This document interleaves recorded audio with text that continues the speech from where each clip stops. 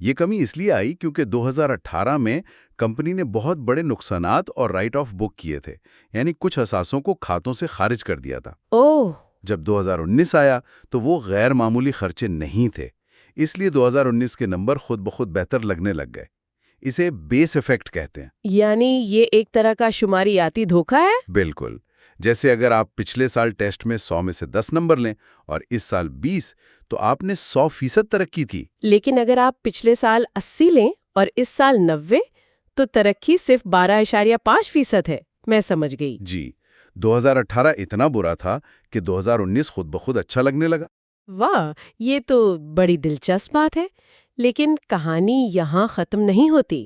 ایک اور بڑی تبدیلی دیگر اخراجات میں آئی، جہاں 2018 میں 500 ملین کی آمدنی تھی اور 2019 میں 100 ملین کا خرچ۔ یہ کیسے ممکن ہے؟ یہ بھی ایک تکنیکی معاملہ تھا۔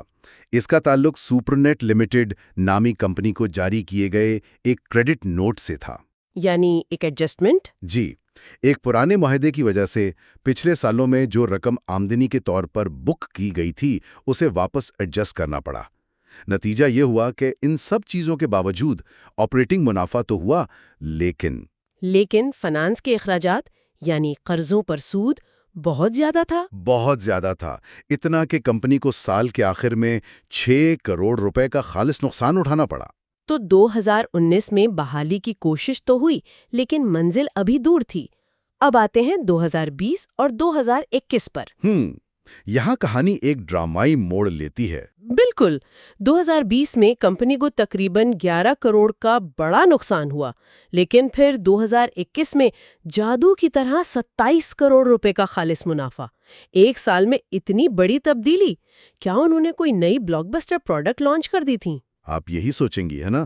لیکن اس کے پیچھے کوئی نئی پروڈکٹ نہیں، بلکہ 2 بہت ہوشیار مالیاتی چالیں تھیں۔ اچھا، وہ کیا تھی؟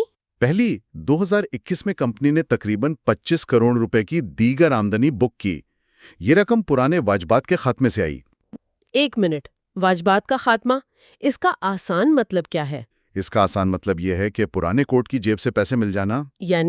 یعنی کچھ پرانے قرضے یا ذمہ داریاں تھیں جو کمپنی کے کھاتوں میں تھیں لیکن اب انہیں ادا نہیں کرنا تھا، تو انہوں نے اس رقم کو سیدھا آمدنی کے طور پر دکھا دیا۔ اچھا، تو یہ کمایا ہوا پیسہ نہیں تھا بلکہ ایک طرح سے بچایا ہوا یا معاف ہوا پیسہ تھا۔ اور دوسری وجہ کیا تھی؟ دوسری وجہ تھی شرح سود میں کمی۔ اس وقت اسٹیٹ بینک نے مانیٹری پالیسی نرم کی تھی، جس کی وجہ سے کمپنی کے فائنانس کے اخراجات میں 42% کی بڑی کمی آئی۔ تو 2021 کا یہ بڑا منافع بنیادی طور پر آپریشنل بہتری کا نتیجہ نہیں تھا؟ بالکل نہیں، یہ ایک اکاؤنٹنگ ایڈجسٹمنٹ اور کم شرح سود کا کمال تھا۔ بہت دلچسپ۔ تو منافع تو آیا، لیکن اس کی بنیاد آپریشنز نہیں تھے، یہ ایک طرح کا ون ٹائم ایونٹ تھا۔ جی، تو ایک جادوئی کرتب 2021 میں ہو گیا۔ اب دیکھتے ہیں 2022 میں کیا ہوا۔ کیا انہوں نے ٹوپی سے ایک اور خرگوش نکالا؟ آپ کہہ سکتی ہیں۔ 2022 میں کووڈ کے بعد ڈیجیٹل اور ای کامرس کی لہر آئی اور ٹیلی کارڈ نے اس لہر پر سوار ہونے کی کوشش کی۔ ان کی آمدنی میں 23% کا شاندار اضافہ ہوا۔ لیکن یہاں ایک مسئلہ تھا۔ جی، مسئلہ یہ تھا کہ اس آمدنی کو کمانے کا خرچہ، خاص طور پر نیٹ ورک میڈیا چارجز، 49% بڑھ گیا۔ یعنی آمدنی سے دوگنی رفتار سے اخراجات بڑھے۔ بالکل، اس کا نتیجہ یہ نکلا کہ ان کا گراس پروفٹ 6% کم ہو گیا۔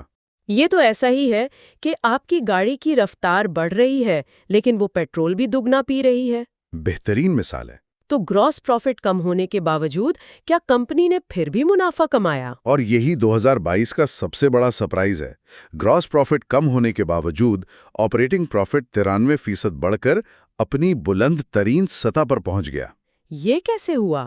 پھر سے دیگر آمدنی؟ بالکل، اس کا راز ایک بار پھر دیگر آمدنی میں چھپا تھا، جو 97% بڑھی۔ اس بار کیا ہوا؟ اس بار انہوں نے اپنی ایک اور کمپنی سپرنیٹ لمیٹڈ کے 8.8 ملین شیئرز فروخت کیے، جس پر انہیں تقریباً 16 کروڑ روپے کا کیپٹل گین یعنی منافع ہوا۔ تو ایک بار پھر منافع کو ایک غیر آپریشنل ون ٹائم ایونٹ نے سہارا دیا۔ جی، یہ ایک ہوشیار اقدام تھا جس سے بیلنس شیٹ اچھی لگی، لیکن اس نے بنیادی کاروبار کی کمزوری کو بھی چھپا لیا۔ یعنی 2021 اور 2022 دونوں سالوں کا منافع بنیادی کاروبار کے بجائے ون ٹائم ایونٹس کی وجہ سے تھا۔ صحیح۔ اب آتے ہیں 2023 پر، جسے ہم حقیقت کا سامنا کہہ سکتے ہیں۔ اس سال بھی آمدنی 18% اور گراس پروفٹ 36% بڑھا۔ سطح پر تو سب اچھا لگ رہا تھا، لیکن آپریٹنگ پروفٹ 60% گر گیا۔ یہ تو بہت عجیب ہے، جب سیلز بھی بڑھ رہی ہیں اور گراس پروفٹ بھی، تو آپریٹنگ پروفٹ اتنا کیسے گر سکتا ہے؟ یہ ایک بہت منطقی سوال ہے، اور اس کی وجہ بہت سادہ اور شفاف ہے۔ کیا؟ 2022 میں جو سپر نیٹ کے شیئرز بیچ کر غیر معمولی آمدنی ہوئی تھی، وہ 2023 میں نہیں تھی۔ وہ جادوئی کرتب ختم ہو چکا تھا۔ اچھا، تو پارٹی ختم ہو گئی؟ بالکل۔ جیسے ہی وہ ون ٹائم آمدنی کا سہارا ہٹا، کمپنی کی اصل منافع بخشی کی تصویر واضح ہو گئی اور خالص منافع 54% کم ہو گیا۔ 2023 میں حقیقت سامنے آ گئی۔ تو 2023 میں اصلیت سامنے آ گئی۔ اب چلتے ہیں 2024 کی طرف۔ یہاں آمدنی میں پھر 30% کا زبردست اضافہ ہوا، جس کی وجہ ملک کا بڑھتا ہوا ڈیجیٹل ایکو سسٹم بتایا جا رہا ہے۔ لیکن ایک منٹ، کیا ہمیں اس آمدنی کے اضافے پر خوش ہونا چاہیے، یا یہاں بھی کوئی لیکن ہے؟ یہاں ایک بہت بڑا لیکن ہے۔ وہی پرانی کہانی دہرائی گئی۔ یعنی اخراجات؟ جی، براہ راست اخراجات، خاص طور پر نیٹ ورک میڈیا چارجز 44% بڑھ گئے۔